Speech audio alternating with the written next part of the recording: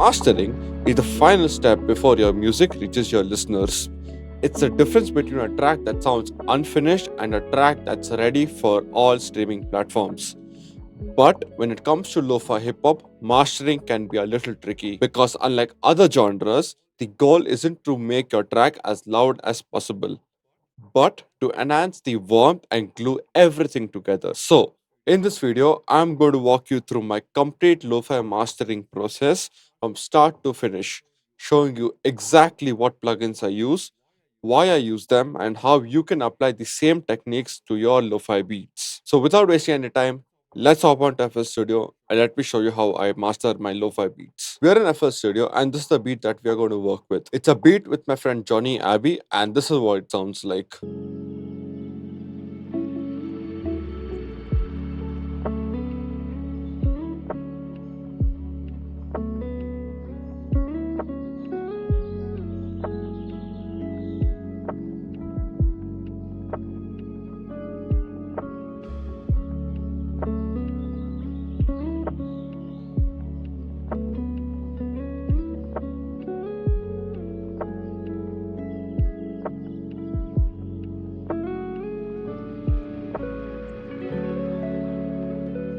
It's a simple sleepy lo-fi track that we have made together. My mastering process is very simple. I mix and master at the same time. This sounds really counterintuitive because I always love to add the final mix balances after mastering my tracks because it just gives me a sense of perfection, and you can also use this technique if you have the perfection syndrome. In my master right now I have a suit 2 that is a general suit that covers all frequency band. I've added a fruity balance for a 4.0 gain. Generally what I do first, I add an ozone 11 by isotope and use the AI feature over here. Let's get a basic loudness volume with it. So the AI is given an output, and to be honest, I just remove everything except for the maximizer, and let's play the song together.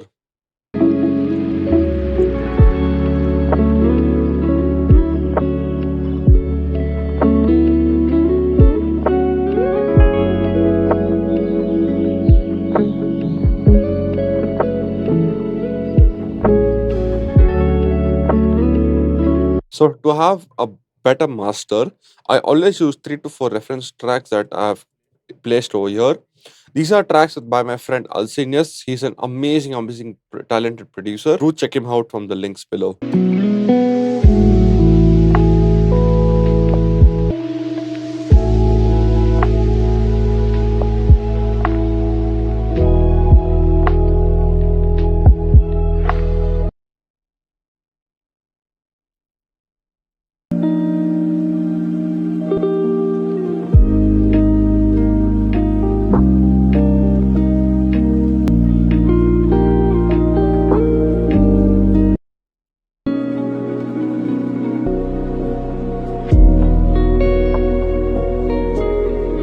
So while listening to these reference tracks, I'm just listening for how deep the mix is or how bassy the mix is.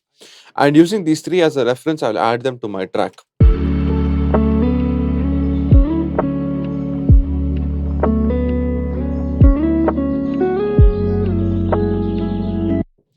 So just by listening to the reference, I can hear that my guitar is a bit too loud. So I'm going to reduce it by a dB.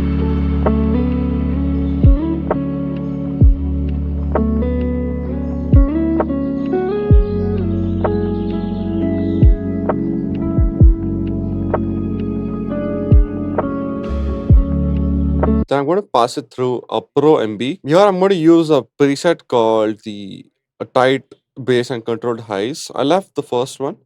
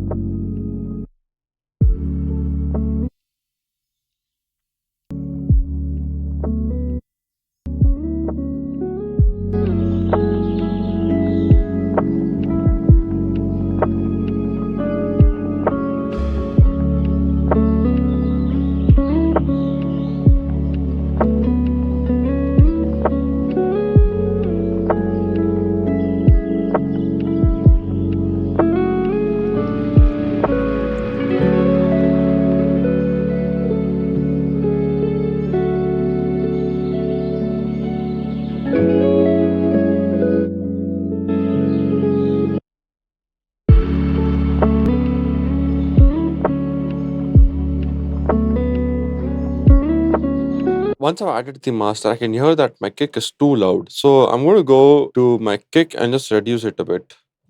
So before it is minus 30.5, I'll make it like minus 15.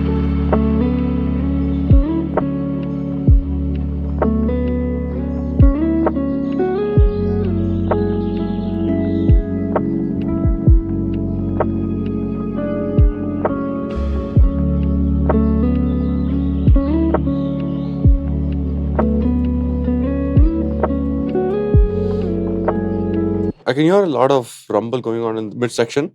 So I'm going to add another soothe around the mid part of the track. I have a preset called the reduce harmonics on the master and use that.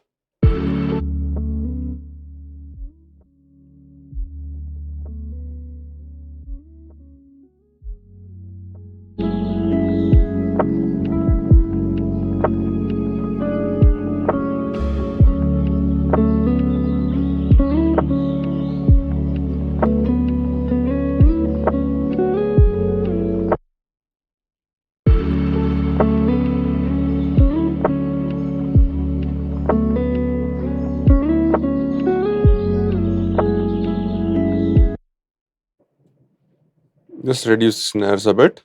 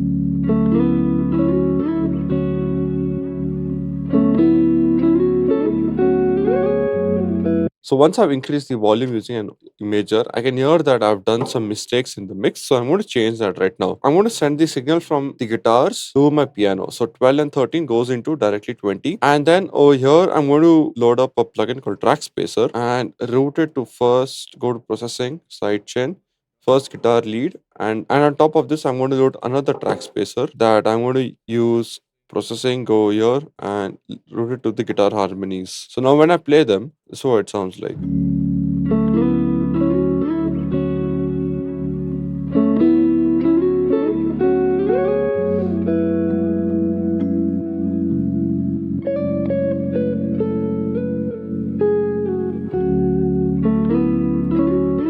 So this basically helps in ducking the piano whenever the guitar plays. Okay, let me just check if there's another instance where I can add this. Maybe in the plucks.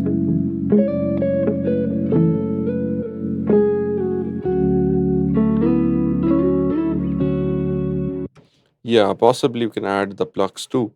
So I'm going to go again over here, load another track spacer, go here, processing, sidechain, and guitar lead 2.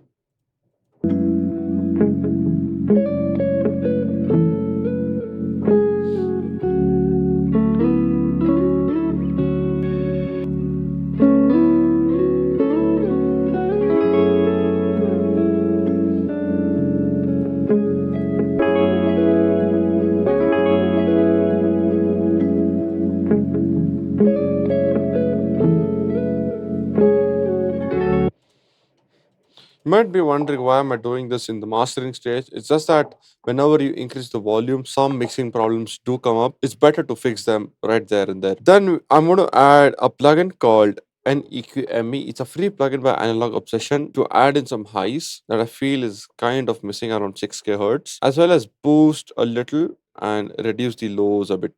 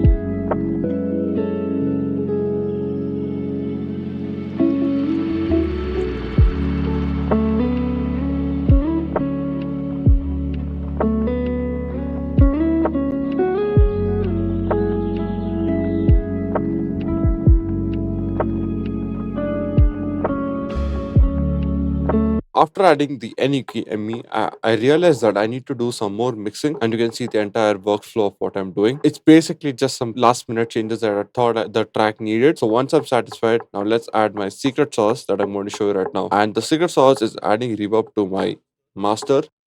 I think it's going to be super controversial, but I truly believe that adding a slight bit of reverb to a lo-fi beats elevates the track a lot. So let us see how it sounds like. It's going to be a decay time of 2 seconds, cut off everything under 400 hertz, and just keeping the wet mix at 86. I'm using Ozone 5 for this because I feel that the reverb on Ozone 5 sounds really retro and amazing. Let me show you how the wet sounds like. And now with the track.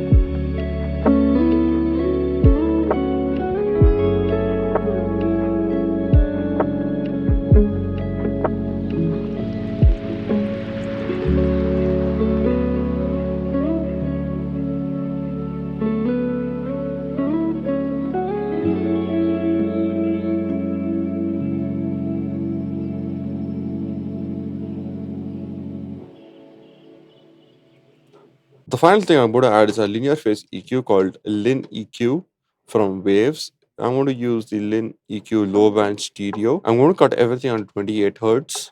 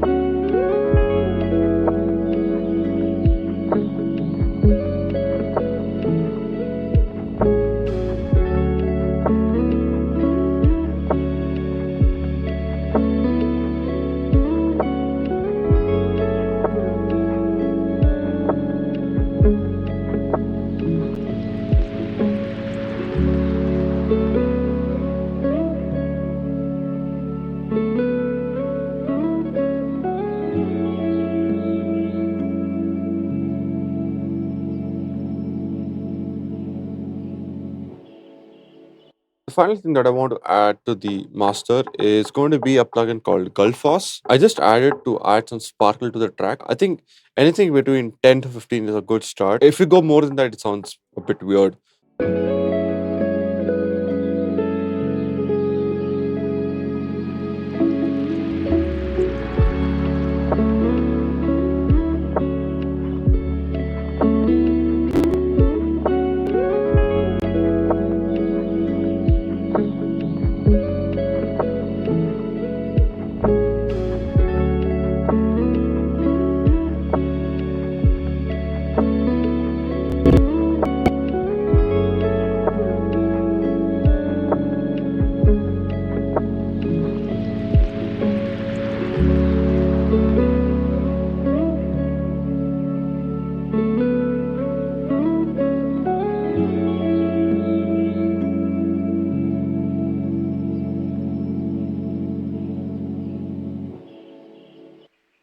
I hope you learned something from this. I'm going to play the before and after of what we did today. And if you want the sounds that I've used in this project, don't forget to check out my Sleepy Lo-Fi drum kit called Euphoria from the link below. It consists of over 460 plus lo-fi sounds. That's perfect for making Sleepy Lo-Fi. And use code Dark Winter for $10 off your first purchase. I'm Dark Winter. I'll see you in the next one. Before going, this is the before and after of what we did today.